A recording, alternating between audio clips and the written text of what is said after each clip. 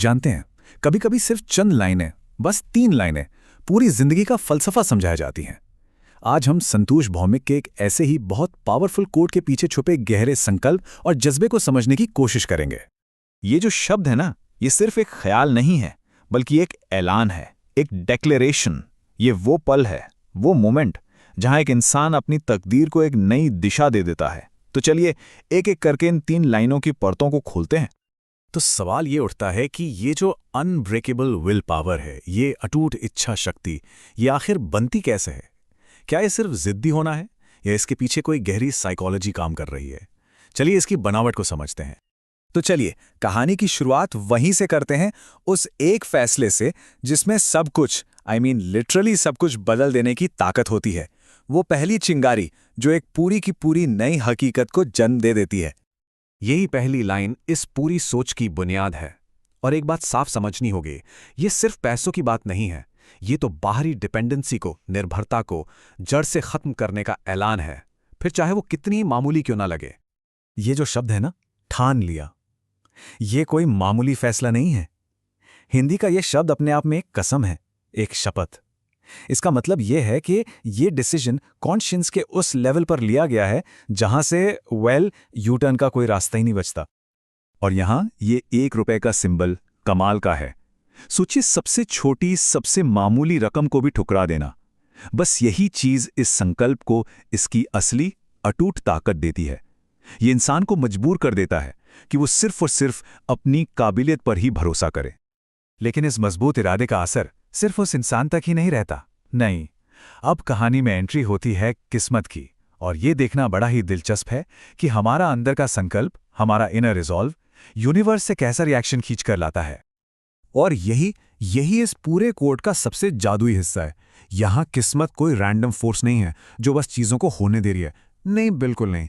वो एक active partner बन जाती है। सोचिए, जिस पल उस इंसान ने डिपेंडेंसी छोड़ी, ठीक उसी पल किस्मत ने उसे बनाने में मदद करने की जिम्मेदारी उठा ली। तो यहां 2 वाव, 2 संकल्प एक दूसरे के पैरेलल चल रहे हैं। एक तरफ इंसान का संकल्प है जो कहता है मैं नहीं लूंगा, ये है त्याग।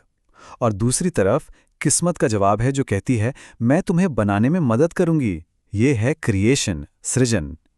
ये एक बहुत खूबसूरत बैलेंस है। मानो एक खाली जगह बनाई जा रही है ताकि कायनात उसे अपनी नेमतों से भर सके।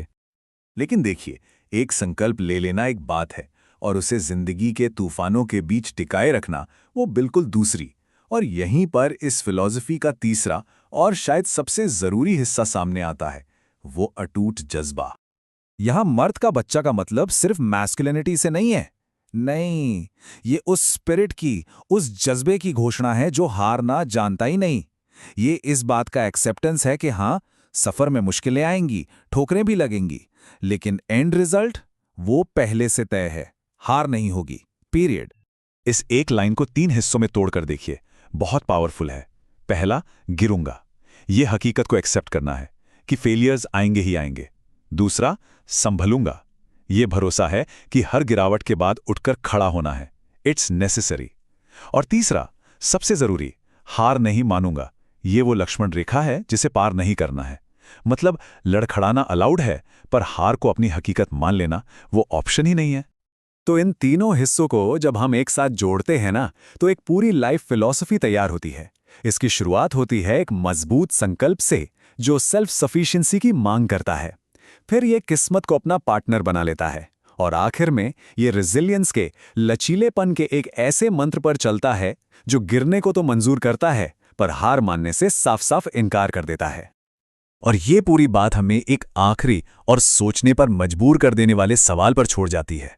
अगर वाकई में एक इंसान की इच्छा शक्ति ही उसकी किस्मत को शेप देती है, उसे आकार देती है, तो कोई भी इंसान आज अपने लिए कैसी दुनिया बनाने का चुनाव कर रहा है?